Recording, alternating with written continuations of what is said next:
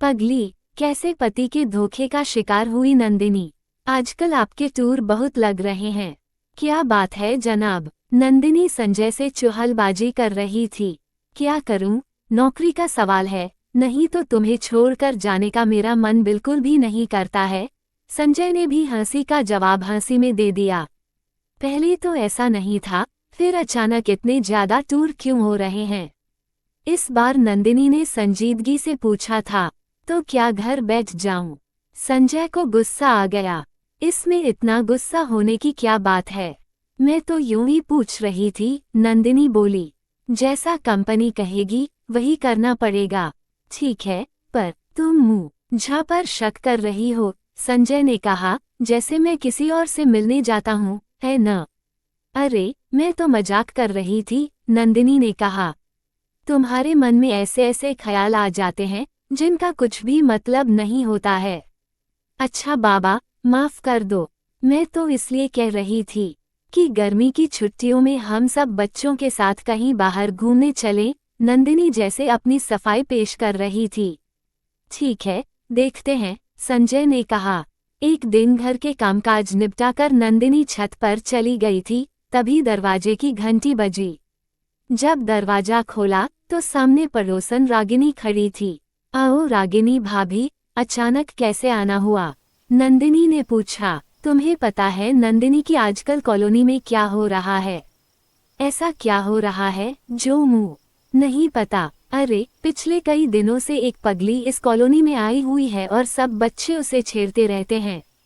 हाँ, मैंने भी उसे देखा है, पर बच्चों को ऐसा नहीं करना चाहिए। अभी वे दोनों बातें कर ही रही थीं कि बाहर बहुत शोर सुनाई दिया। दोनों घर के बाहर आ गईं। नंदिनी ने देखा कि एक लड़की भाग रही थी और कुछ बच्चे उसके पीछे भाग रहे थे। नंदिनी ने उन बच्चों को डांट लगाई और उसे अपने साथ घर में ले आई। अंदर आते ही वह लड़की बेहोश हो गई। नंदिनी ने उसके चेहरे पर पानी के छींटे मारे। होश में आने पर वह नंदिनी से लिपट कर रोने लगी।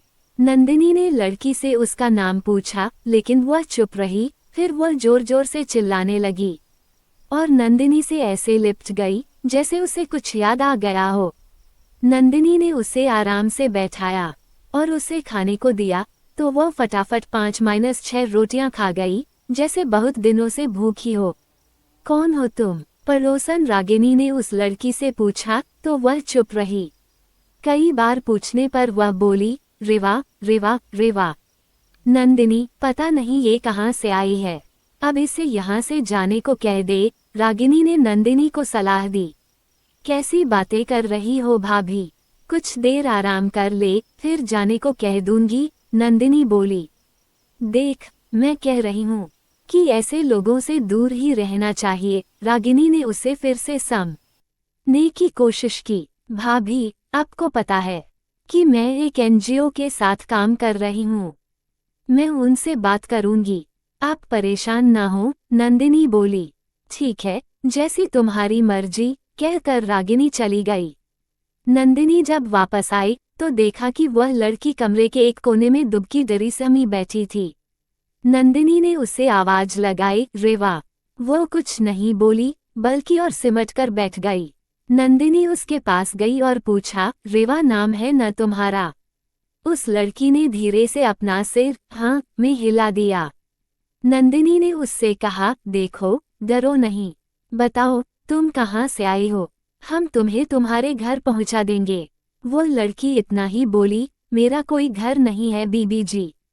नंदिनी को हैरानी हुई कि यह तो कहीं से पागल नहीं लग रही है। अचानक उस लड़की ने नंदिनी के पैर पकड़ लिए।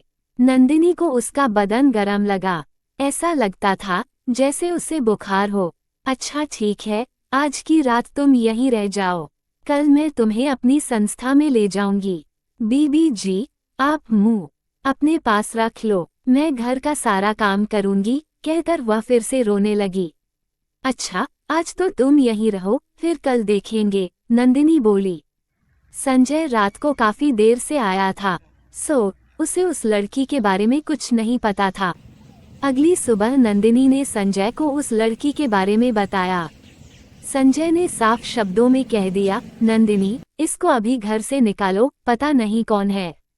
हाँ संजय, लेकिन अभी मैं इसे अपनी संस्था में ले जाती हूँ। मैं रात को घर आऊं तो मुँह कोई बखेड़ा नहीं चाहिए, कहकर संजय चला गया। नंदिनी नीचे आए तो देखा कि उस लड़की को तेज बुखार था। रात को संजय ने नंदिनी से पूछा, क्या वह लड़की चली गई? नंदिनी ने कहा, नहीं। क्यों? संजय बोला, संजय, उसे बहुत तेज बुखार है और ऐसी हालत में वह लड़की कहाँ जाएगी? अगर वह मर गई तो? मुँह नहीं पता, कहते हुए संजय नीचे चला गया। वहाँ वह लड़की बेहोश पड़ी थी। पता नहीं क्यों संजय उसे देखकर हैरानी में पड़ गया। नंदिनी, शायद तुम ठीक कह रही हो। अगर यह यहाँ से गई और मर गई तो क्या होगा? फिर क्या करें? ऐसा करते हैं, जब तक ये ठीक नहीं हो जाती, इसे अपने पास ही रख लेते हैं। ठीक है। आजकल करते करते कई दिन हो गए, पर रेवा वहाँ से न जा सकी। वैसे नंदिनी अब तक सिर्फ इतना ही जान पाई कि वह एक पहाड़ी लड़की थी और किसी बाबूजी से मिलने आई थी। तुम्हें यहाँ कौन छोड़ गया है? नंदिनी ने पूछा। मेरे गांव में कई लोग यहाँ पर फेरी लगाने आते हैं, उन्हीं लोगों के साथ मैं भी आ गई। देखो, अगर तुम हमें अपने गांव का नाम पता बता दोगी तो हम तुम्हें वहां पहुंचा देंगे, नंदिनी ने कहा। मैं पहली बार अपने गांव से बाहर निकली हूँ और मुँह तो ये भी नहीं पता कि मेरे गांव का क्या नाम है। पता नहीं वो सच बोल रही थी या झूठा, पर नंदिनी को उसकी बातों पर कभी भरोसा हो जाता तो कभी नहीं। अभी रेवा को आए हुए कुछ समय ही बीता था कि नंदिनी को पता चला कि वह मां बनने वाली है। नंदिनी हैरानी में पड़ गई कि अब वह क्या करे। उसने रेवा से पूछा कि यह सब क्या है, कौन है इस बच्चे का पिता? लेकिन रेवा का एक ही जवाब होता, बीबी जी, मुझे नहीं पता, शायद पागलपन के दौरे में मेरा किसी ने फायदा उठा लिया होगा। तू याद करने की कोशिश तो कर, शायद याद आ जाए।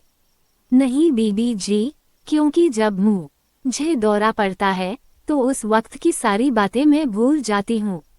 नंदिनी को कुछ भी समझ नहीं आ रहा था कि वह क्या करे। उसने संजय से बात की। ये सब सुनकर वह भड़क उठा। मैंने तो पहले ही कहा था कि इस झंझट में मत फंसो, अब भुगतो। तो क्या उसे घर से निकाल दूं? अब क्या घर से निकालोगी? रहने दो अब। नंदिनी ने अपने पड़ोसियों से बात की। सब ने यही राय दी कि उसे फौरन घर से निकाल देना चाहिए, पर नंदिनी रेवा को वहां से जाने के लिए एक बार भी नहीं कह पाए। रेवा के मां बनने का समय भी आ गया था। नंदिनी अब तक एक बड़ी बहन की तरह रेवा की देखभाल कर रही थी। रेवा को एक बहुत ही प्यारा बेटा हुआ। उस बच्चे को देखकर नंदिनी को अपने बच्चों के बचपन याद आ गए। ठीक होने के बाद रेवा ने फिर से घर के काम करने शुरू कर दिए थे। सब कुछ ठीक चल रहा था कि अचानक एक दिन सुबह नंदिनी ने देखा कि रसोई बिखरी पड़ी है। इसका मतलब अभी तक रेवा नहीं आई थी।